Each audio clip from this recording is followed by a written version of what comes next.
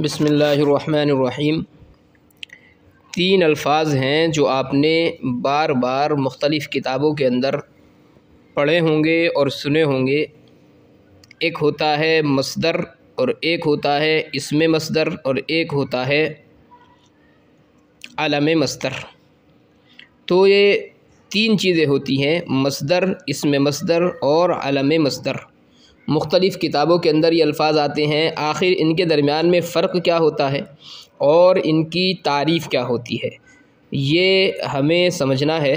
तो सबसे पहले तो हम मस्दर को लें। मस्दर की मुख्तलिफ़ जगहों पर आपने तारीफ़ पढ़ी होगी कि मस्दर वो इस्म कहलाता है जिसमें माने हदसी हों और उससे फ़ेल मुश्तक़ हो। उमूमन ये तारीफ़ तमाम किताबों के अंदर दर्ज है। मस्दर वो इस्म है जिसमें माने हदसी हो और उससे फ़ेल मुश्तक़ हो।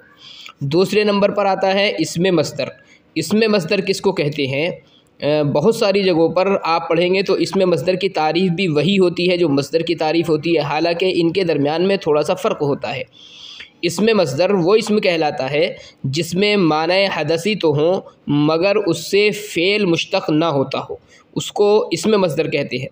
और अलम मस्दर, अलम जो मस्दर है वो है कि जिसमें ना तो माने हदसी हो और ना उससे फ़ेल मुश्तक़ होता हो।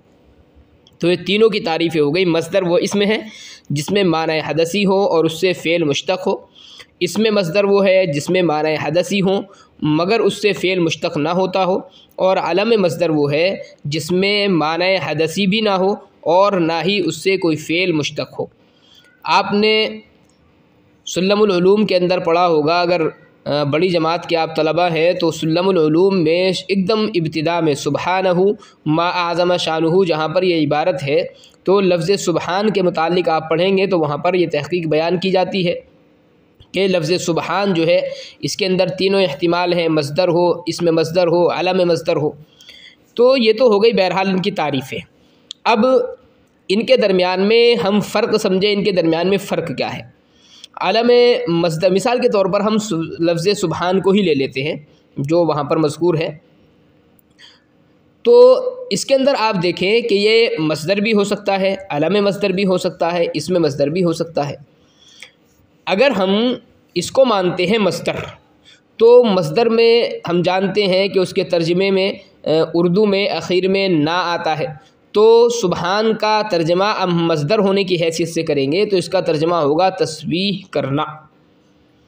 और अगर हम इसको मानते हैं इसमें मस्दर, तो इसमें मस्दर की सूरत में इसका तर्जमा तस्बीह करना नहीं होगा बल्कि इसका तर्जमा होगा सिर्फ़ तस्बीह। तो तस्बीह जो है इसका तर्जमा हम करेंगे उस सूरत में जबकि हम इसको इसमें मस्दर माने। और अलम मस्दर मानते हैं तो फिर ज़ाहिर है कि तस्बीह का नाम हो जाएगा। तो अलम तो मस्दर जो है उसी को किसी का नाम रख दिया जाए तो वो अलम मस्दर बन जाता है। और मस्दर अगर मुतलक़न है तो तारीफ़ किसी भी चीज़ के करने के माने में या होने के माने में आता है। और इसमें मस्दर अगर है तो उसके अंदर करना या होना माना नहीं होते हैं। तो ये तो इनकी तारीफ़ों का मसला हो गया। अब इनके दरमियान में फ़र्क क्या है? तो अलम मस्दर जो है उसका तो बिल्कुल ज़ाहिर है कि वो अलम होता है, तो उसके फ़र्क की तो कोई वजाहत की ज़रूरत नहीं है। हाँ, अलबत्ता मस्दर और इसमें मस्दर इन दोनों के दरमियान में थोड़ा सा फ़र्क होता है और वो फ़र्क जो है बड़ा बारीक है, बहुत कम लोग उसको समझ पाते हैं। मस्दर और इसमें मस्दर इन दोनों के दरमियान में एक फ़र्क तो ये तर्जुमे का हो गया है कि ना मस्दर के माने में आता है और इसमें मस्दर के माने में करना या होना मिसाल के तौर पर ये नहीं आता। दूसरा जो फ़र्क है वो एक ये है कि मस्दर के लिए ज़रूरी ये है कि मस्दर और उसके जो मुश्तक़ात हैं वो दोनों हरफ़ों के एतबार से बिल्कुल बराबर हो, यानी जो फ़ेल वग़ैरह उससे मुश्तक़ हो रहे हैं तो मस्दर में फ़ेल के हुरूफ से कम हुरूफ ना पाए जाते हों। ये एक ज़रूरी चीज़ है मस्दर के लिए। मिसाल के तौर पर ज़रबा यज़रिबु, इसके माना इसका मस्दर जो आएगा वो ज़रबन आएगा। तो ज़ाद, रा और बा ये मस्दर के अंदर है, फ़ेल के अंदर भी चूँकि तीनों है तो मस्दर के अंदर भी तीनों होने चाहिए। ये मस्दर के अंदर एक शर्त है। इसमें मस्दर के अंदर ये शर्त नहीं होती। इसमें मस्दर में कभी कभी हुरूफ की कमी भी हो जाती है और वो दुरुस्त होता है, कोई हरज की बात नहीं होती है।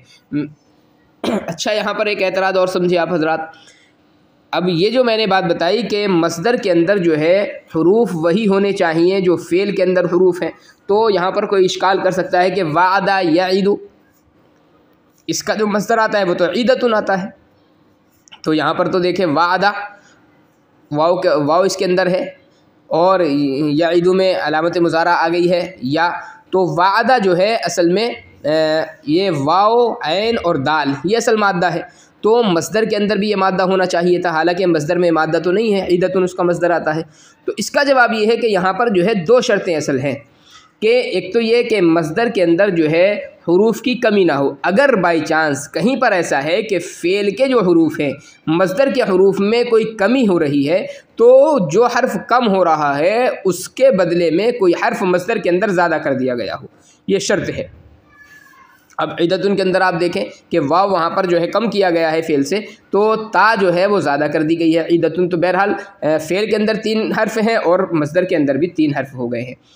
ये है मसदर के लिए। इसमें मसदर के लिए ऐसी कोई शर्त नहीं होती है, इसमें मसदर के अंदर हरूफ कम हो सकते हैं, कोई दिक्कत की बात नहीं। जैसे आता युती इताअन मिसाल के तौर पर, इसके मान आते हैं देना। आप आता देखें और इताउन देखें, दोनों बिल्कुल बराबर हैं, तो इताउन ये मसदर है और इसी का हम इसमें मसदर अगर निकालते हैं तो वो अताउन होता है, अता जिसको हम कहते हैं बख्शिश के माने में।